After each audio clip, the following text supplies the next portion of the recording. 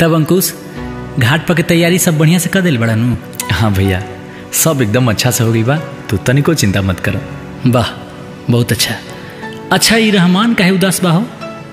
तू तो जानते बड़ा भैया, एकरा शादी के 5 साल हो गई लेकिन अभी ले कोनो संतान ना भइल। ए चीज के लेके बड़ी दुखी रहेला। अच्छा तू हमरा साथे आवो। रहमान हम तोहर दुख समझ सकता नहीं और हमनी के तोहरा खातिर कुछ कल चाहता नहीं जा। ओ का देखा भाई, हमनी के छठ करता नहीं जा और अब की बार के छठ तोहरा संतान खातिर कल जाई। पर हमनी के धर्म अलग अलग बा ना, और तोहरा पता बा कि हमरा छठ के बारे में कुछ पता नहीं खे।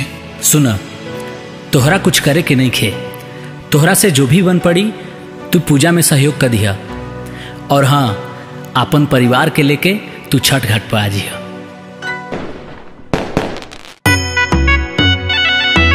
जय छठी मैया, जय छठी मैया,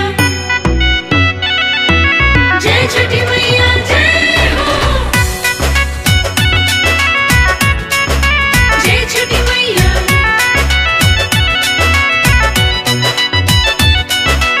ओम सूर्याय नमः। राउर बरत हम कैनी छठ मैया ता दिहालू लालाना, गूंजत बा किलकारी जगमग करत बा मोरे आंगना।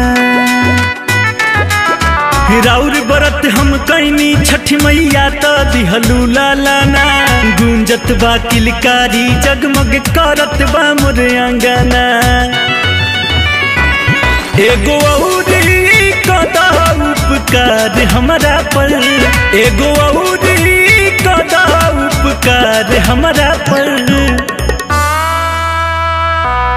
सखिया के सुन बहाया चरावानु हो, बेटा दे दे माई।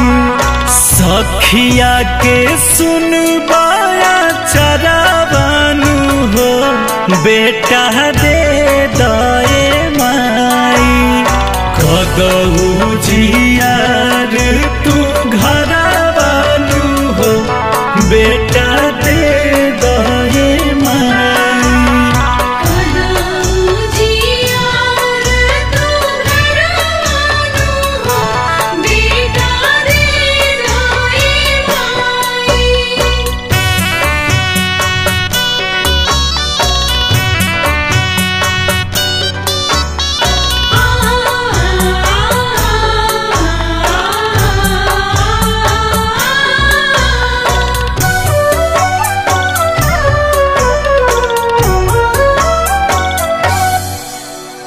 लोगवा पुकारेला कही के बंझनिया, दुखवा में डूबल बा जिंदगनिया।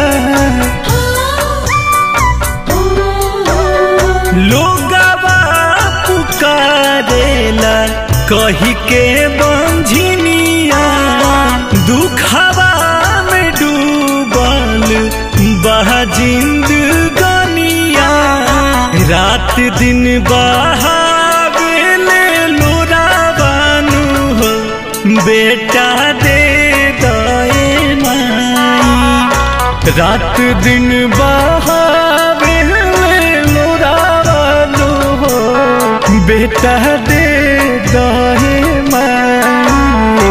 कदहू जियार तू घरवानु हो, बेटा दे दे माई। कदहू जियार तू घरवानु हो, बेटा दे दे माई।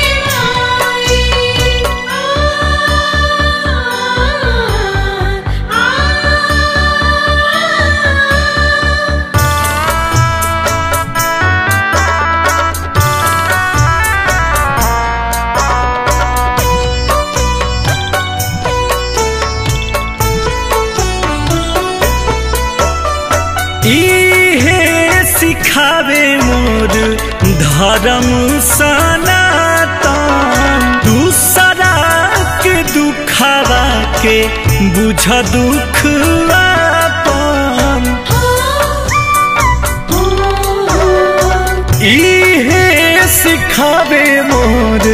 धर्म सनातन दूसरा के दुखवा के बुझ दुख आपन।